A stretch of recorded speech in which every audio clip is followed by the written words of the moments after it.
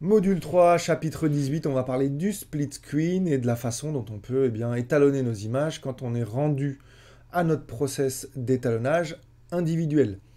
Donc on a vu précédemment comment on pouvait créer des groupes et on avait vu les différents modes qui s'offraient à nous ici, le pré-clip, le plan, le post-clip et la timeline. Pour les besoins pédagogiques de cette leçon, on va estimer que les corrections colorimétriques primaires qu'on a effectuées en mode pré-clip, qui s'affiche sur la totalité de nos images, c'est effectué. Très bien. On passe donc à la seconde étape, le plan, de manière individuelle. Donc je vais les ouvrir. On a donc 5 plans que j'ai sélectionnés. Et vous voyez que j'ai déjà effectué des tâches en amont pour qu'on puisse gagner du temps. Donc, une fois qu'on arrive dans notre étalonnage individuel, qu'est-ce qu'on fait? Eh bien, là, j'ai 5 clips. Je vais sélectionner le clip qui représente le mieux mon hero shot. En l'occurrence, je vais fermer ici, en l'occurrence, j'ai sélectionné, c'est le deuxième. Pourquoi j'ai sélectionné celui-ci? Eh bien, tout simplement parce qu'il définit bien la situation, elle est dans sa salle de sport, elle va faire ses exercices. On voit bien mon personnage principal, on voit bien les éléments de musculation qui sont autour, on voit bien l'environnement. C'est parfait pour moi pour débuter mon travail individuel et commencer à avoir une base. Je réouvre les plans ici. Donc je vais vous montrer quand même le avant-après rapidement. Donc ça c'est le après et ça c'était le avant. Donc j'ai fait simplement quelque chose d'assez basique, d'un petit peu plus moody, on va dire. Rapidement, qu'est-ce que j'ai fait sur ce travail-là? Donc j'ai effectué des corrections colorimétriques primaires. Donc là je vais simplement afficher le nœud sur lequel j'ai travaillé sur l'exposition, la température, la saturation. Donc je sors de ce nœud composite, on avait vu ça aussi. J'ai travaillé sur Power Window de ce côté-là, parce que c'était beaucoup trop lumineux pour l'œil du spectateur. D'accord. J'ai fait exactement la même chose ici en bas. Voilà, pour venir créer une petite zone ici où l'œil du spectateur, il va venir rapidement sur elle. Ensuite, j'ai travaillé au niveau des teintes de peau.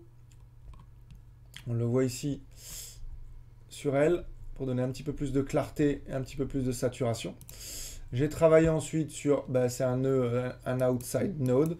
Donc j'ai travaillé sur l'extérieur pour diminuer un petit peu la luminosité et puis travailler un petit peu sur le contraste du reste. Ensuite, j'ai travaillé sur mes hautes lumières pour venir rajouter dans mes hautes lumières simplement un petit peu plus de cyan. Donc voilà. Dans mes basses lumières, j'ai ici travaillé un petit peu plus sur le contraste et puis j'ai augmenté un petit peu la température de couleur pour réchauffer un tout petit peu, pour créer ce mood justement. Et puis ensuite, je suis venu simplement ajouter un petit peu de grain. Voilà. Donc pour faire quelque chose d'un petit peu plus moody. Donc voilà, quelque chose de basique, mais à partir de ce moment-là, j'ai effectué mon travail colorimétrique sur l'intégralité de mon clip. C'est là que ça commence à nous intéresser. À partir de ce moment-là, il va falloir que j'étalonne mes clips qui suivent. Donc, ce que je peux faire à ce moment-là, c'est venir sélectionner mon clip suivant. Donc je le sélectionne. Vous voyez qu'il n'a pas de correction colorimétrique.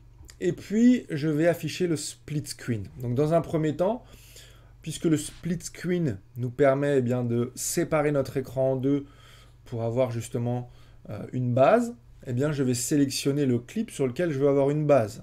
En l'occurrence, c'est celui que je viens d'étalonner. Donc je le sélectionne avec CTRL, comme on avait vu, CTRL plus la touche gauche de la souris, il est bien sélectionné. Et là, je vais venir cliquer ici sur ce petit split screen, vous voyez, il s'affiche. Donc je clique dessus, et vous voyez que ça m'affiche ici mes deux plans qui sont sélectionnés. Alors attention, si vous ne les voyez pas de cette façon-là, c'est peut-être... pardon, j'augmente un tout petit peu. C'est peut-être parce qu'ici, en fait, vous voyez, quand vous venez cliquer ici sur ce split screen, vous avez une petite fenêtre qui vient pop-up ici, qui vient s'afficher. Nativement, elle est sur version. Donc voilà, vous pouvez cliquer et il ne va rien se passer.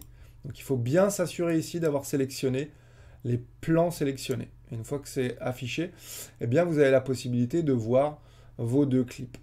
Et puis à partir de ce moment-là, vous pouvez commencer à travailler. Donc là, je vais afficher l'oscilloscope pour vous montrer. Chose intéressante d'ailleurs, quand on a splitté l'écran en deux comme ça, notre oscilloscope, il est splitté en deux aussi. Donc c'est là que ça va devenir intéressant, puisqu'on voit bien, on a notre image ici qui va d'ici à ici, qui est notre image de gauche, et puis d'ici à ici, c'est notre image de droite. Et donc là, il va simplement falloir faire matcher les images en fonction de notre luminance. On peut travailler, on peut aller vérifier notre parade aussi. Donc là, vous voyez, je ne sais pas si vous le voyez bien, mais on voit bien les courbes, en fait, ce schéma-là, et le U qui est ici, c'est la même chose qu'on retrouve sur notre oscilloscope.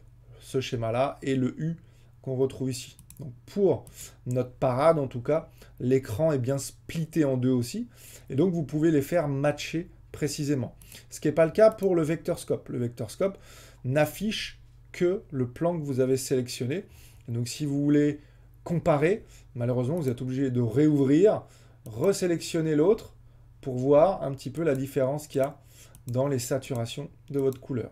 Donc là, moi, je vais réafficher les deux. Et puis là, vous pouvez commencer votre travail au niveau de la luminance. Et puis, vous pourriez vous dire, OK, très bien, mes teintes de peau, elles sont ici. Eh bien, elles sont ici. Bon, là, elles sont à peu près pareilles. OK. Et puis, vous travaillez comme ça sur l'étalonnage individuel de votre clip. Vous faites exactement toutes les corrections que vous voulez.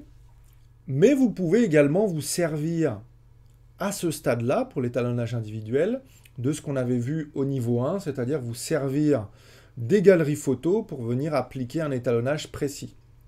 En l'occurrence, vous auriez effectué ici vos corrections sur celui-ci. Vous auriez fait un clic droit, capturé comme image de référence. C'est ce que j'ai déjà fait. Okay. Donc, dans ma galerie, j'ai bien sélectionné déjà préalablement mon image de référence qui m'a enregistré l'ensemble de mes nœuds. Très bien. Et bien, à partir de ce moment-là, vous pourriez faire un clic droit ici. Hop.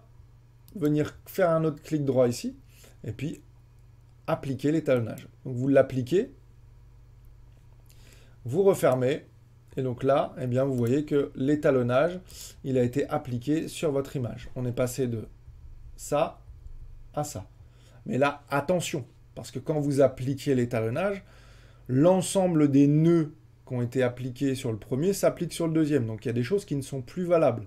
Qu'est-ce qui n'est plus valable? Eh bien, par exemple, les power windows, parce que je suis sur quelque chose qui est beaucoup plus resserré. Donc vous voyez que si je fais, voilà, ici, c'est plus tout à fait valable. Pareil pour le bas. Vous voyez, ici, ce qui correspondait au bas de l'image d'avant, je peux vouloir que ça soit différent ici. Donc mes power windows, généralement, je ne les laisse pas.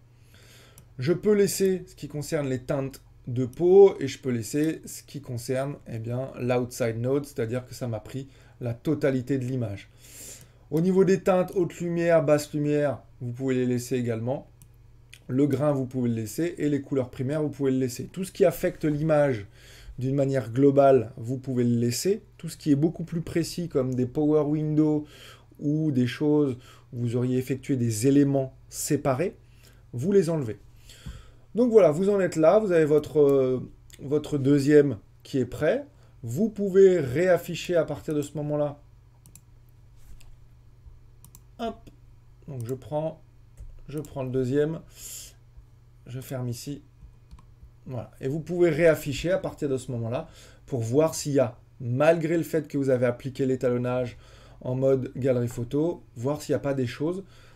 Là, par exemple, on voit que il manque des choses. On voit que c'est un peu plus...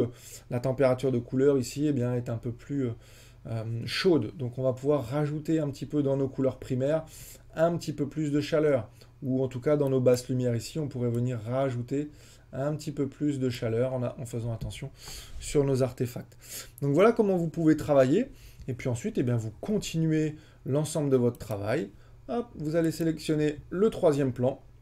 Vous vous référez au deuxième. Et puis vous faites matcher l'un et l'autre.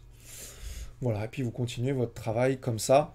Puis une fois que vous avez fini l'intégralité de vos clips de manière individuelle, vous passez à votre second groupe. Et puis vous faites la même chose, vous sélectionnez votre hero shot et puis vous faites matcher vos clips un à un en changeant vos caractéristiques. Donc voilà l'utilité qui est sympa pour ce split screen et c'est vraiment dans ce sens-là qu'on travaille pour pouvoir avancer de manière précise et pour faire matcher les clips les uns avec les autres.